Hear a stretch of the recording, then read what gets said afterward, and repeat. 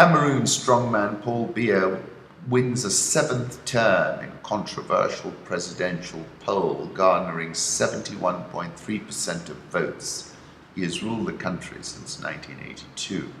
Interesting piece by Ronak Gopaldas of ISS Africa, The Proxy Battle for Africa's Indian Ocean States.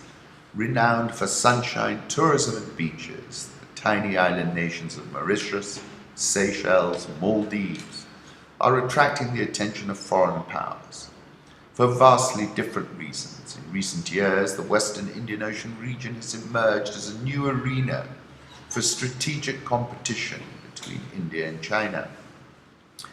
As evidenced by its establishment of its naval base in Djibouti, China's strategy is evolving, both in nature and geographic scope. Efforts are underway to establish a presence in the Indian Ocean with its string of pearls strategy, which in addition to achieving economic and military penetration also serves to contain India. I refer you back to the speech that Xi Jinping made at FOCAC 2018 when he said this: small island developing countries that have diplomatic relations with China, the debt they have incurred in the form of interest-free Chinese government loans due to mature by the end of 2018 will be exempted. And this is all about positioning, in particular because of the economic exclusion zone. And I said in February this year, does the Indian establishment and Narendra Modi appreciate the chokehold China has over India, the Doklam Plateau, Gwadar, Hambantota Port, and the intrusion into the Indian Ocean? Of course, India has recovered the Maldives and Sri Lanka. 6th of August this year, I wrote a piece about the Indian Ocean economy in a port race. I was saying today from Massawa in Eritrea, admittedly on the Red Sea, to Djibouti, from Berbera to Mogadishu, from Lamu to Mombasa to Tanga to Bagamoyo, to Dar es Salaam through Beira and Maputo, all the way to Durban and all points in between. We are witnessing a port race of sorts as everyone seeks to get a piece of the Indian Ocean port action. China, the BRI initiative, the Gulf countries who now appear to see the Horn of Africa as their hinterland, Japan and India to a lesser degree, are all jostling for optimal geo-economic positioning. Investments in ports have a long lead time, and I'm not certain that those same investments are able to recalibrate at the speed with which the geopolitics is moving. The big risk is that some of these port investments will be hambantota. I am bullish on the blue economy, and in particular the Indian Ocean economy, which is set to relive its glory days. Unlike the marvelous song "Everyone's a Winner" by Hot Chocolate, there will be winners and losers, but everyone is currently drinking the Indian Ocean Kool-Aid. August 2013, I touched on this, and I said then, I have no doubt that the Indian Ocean is set to regain its glory days.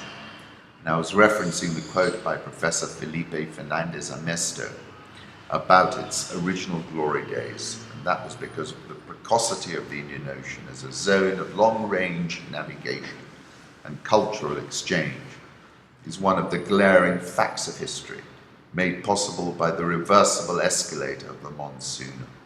And that is the point. This is a photograph of Ali the navigator who took us to Wasini Island a few years ago. Zimbabwe's economy is collapsing. Why Mnangagwa doesn't have the answers. A big bang sharp break with Zimbabwe's recent past is essential to reassure consumers and capitalists. Yet Mnangagwa and his cronies have so far rejected anything forward-looking and sensible. Mnangagwa's administration is struggling to overcome the national economic destruction wreaked on Zimbabwe over 2 decades under Robert Mugabe. This included profligate spending, immense debt pile-up, colossal corruption, ravaging of the country's once immensely productive agricultural sector. As a result, Zimbabwe now lacks foreign exchange with which to buy petrol and ordinary goods to stock the shelves of its supermarkets. In the last few weeks, many shops such as Edgar's, a long-time clothing store, Teta, an eatery, KFC, a fast food outlet, have simply shut their doors. Queues for petrol stretch for miles, banks have no dollars, or South African rands, or Botswana pulas. and therefore cannot supply stores or customers with the funds to carry on business as usual.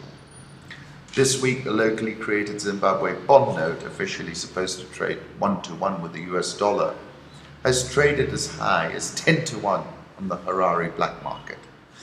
Sometimes it trades for a little less. It is unofficially called the Zola. The new administration has naturally resorted to printing its own faux money. That inevitably has led, as always, to hyperinflation and monetary collapse. Take you back to Hunter S. Thompson, there is no honest way to explain the edge, because the only people who really know where it is are the ones who have gone over. 8th of October, I said one domino that has suddenly tipped over Zimbabwe. And I was talking about this, there are $9.3 billion of Zolas, well, 9.3 billion of Zolas in the banks compared to $200 million in reserves. Therefore, the Zola is worth zero, in my view. South African oil shares down 12.27% this year. Dollar versus rand 14.3614. I think that the rand is a sell again. Egyptian pound 17.9233. Nigerian oil share down 13.81% this year. Ghana now has the 6th largest economy in Africa at $62 billion in 2018 after the 25% rebasing uplift. Our latest estimates on the economy, this is RenCap Man. Ghana up 10.2% year to date. PayPal backs emerging markets lender Tala. Tala started here, it's very big here as well. Kenya may have lost as much as $2.7 billion in tax over the last 3 years because of legislation that allows exemptions, according to the Revenue Authority. A study into withholding taxes and value-added tax showed 85 billion to 90 billion shillings annually that could have been included in the tax net. Sugar is probably one of those. My piece over the weekend, Safaricom, the most successful startup in Kenya Inc.'s history. Take a look at it. I was quoting Gates, Jack Ma about infrastructure and the internet being fast. Safaricom share price data, it closed at 23.75, trading P of 17.21.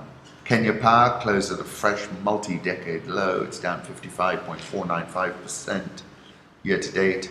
That's after a profits warning and the news that DPP Nordin Haji is ordered for investigations into circumstances under which documents meant for prosecution of KPLC corruption cases went missing.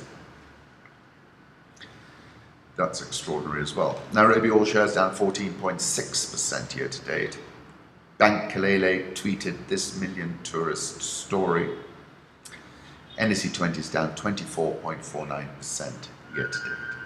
With that, I shall take my